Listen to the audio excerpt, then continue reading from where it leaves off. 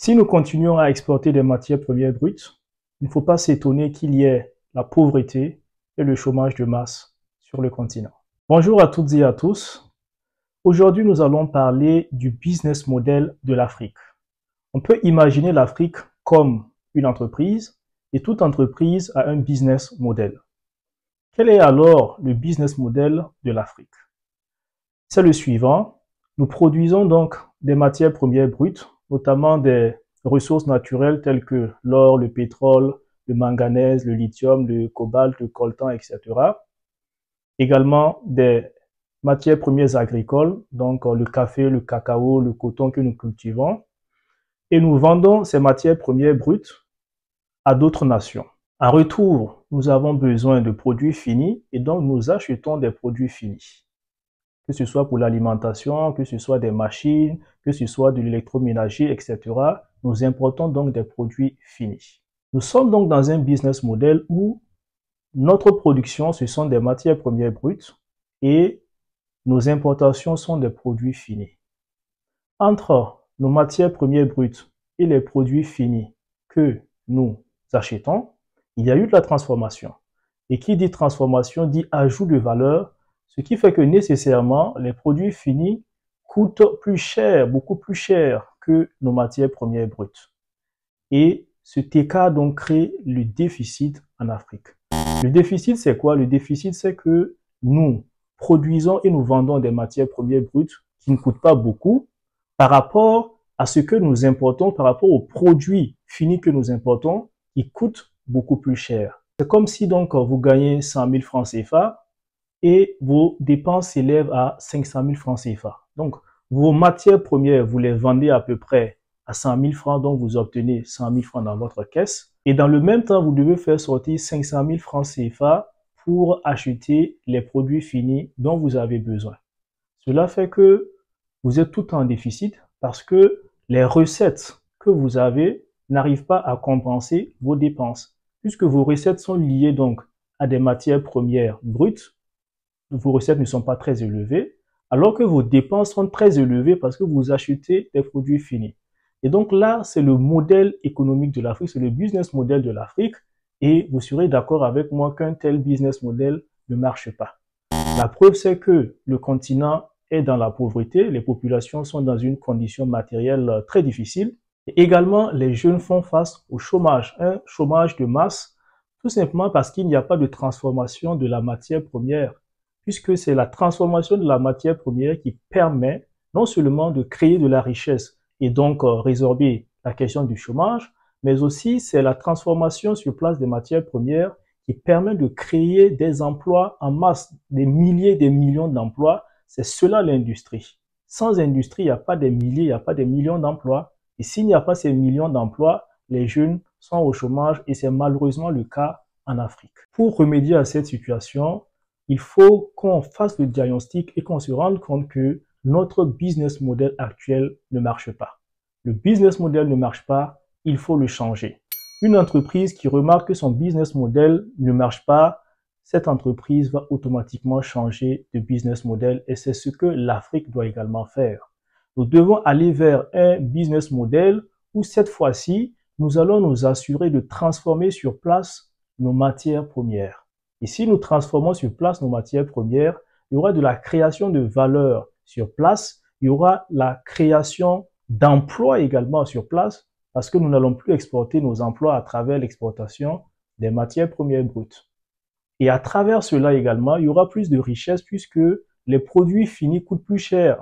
En ce moment, nous n'allons plus vendre des matières premières qui coûtent relativement moins cher, mais nous allons vendre des produits finis qui coûtent beaucoup plus cher.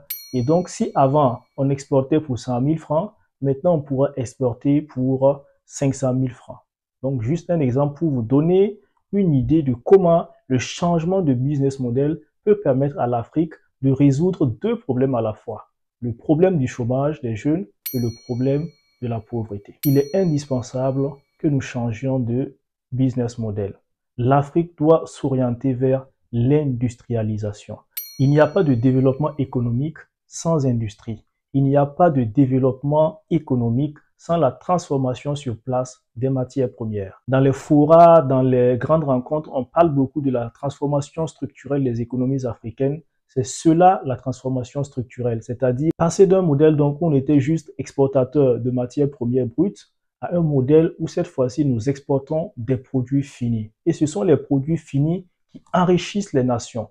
Les nations qui exportent simplement des matières premières brutes ne peuvent pas s'enrichir autant que les nations qui exportent des produits finis. Vous pouvez le remarquer, voilà, vous n'allez pas acheter le coltan au même prix que vous achetez donc un portable qui a été donc fabriqué en intégrant ce coltan, etc., etc. Donc, l'industrie, c'est de la création de valeur et à partir de là, au lieu de vendre le bien moins cher parce que c'est du brut, vous le vendez plus cher parce qu'il y a eu de la transformation. C'est vers ce modèle que l'Afrique doit aller et pour cela, il faut donc travailler sur comment dynamiser le tissu industriel africain. C'est possible. Le professeur Cheikh Anta Diop a tracé une feuille de route dans son livre « Les fondements économiques et culturels d'un État fédéral d'Afrique noire ». Le chemin a été dessiné. Il nous appartient de l'appliquer, d'implémenter ce qui a été tracé par les devanciers en matière d'industrialisation. Restez jusqu'à la fin parce que le top 3 de la liste, ce sont des livres qu'il faut absolument lire. Je voudrais à travers cette vidéo vous partager une quinzaine de livres sur les dynamiques africaines. Dans la littérature, il y a plusieurs auteurs, bien sûr, qui ont parlé de l'Afrique, qui ont essayé donc de dresser un portrait de l'Afrique, de parler des perspectives de l'Afrique, de revenir sur les dynamiques et le réel africain. Et je me propose dans cette vidéo de vous partager 15 livres que vous devez lire pour pouvoir maîtriser et comprendre justement les dynamiques et les défis africains. Alors, premier livre sur la liste, donc, c'est La dette odieuse de l'Afrique de Léonce Ndikoumana et James Boyce. En gros, c'est un livre qui analyse les flux financiers qui entrent et qui sortent de l'Afrique. Et ce livre fait un focus particulièrement sur l'endettement et la fuite des capitaux qui ont saigné l'Afrique.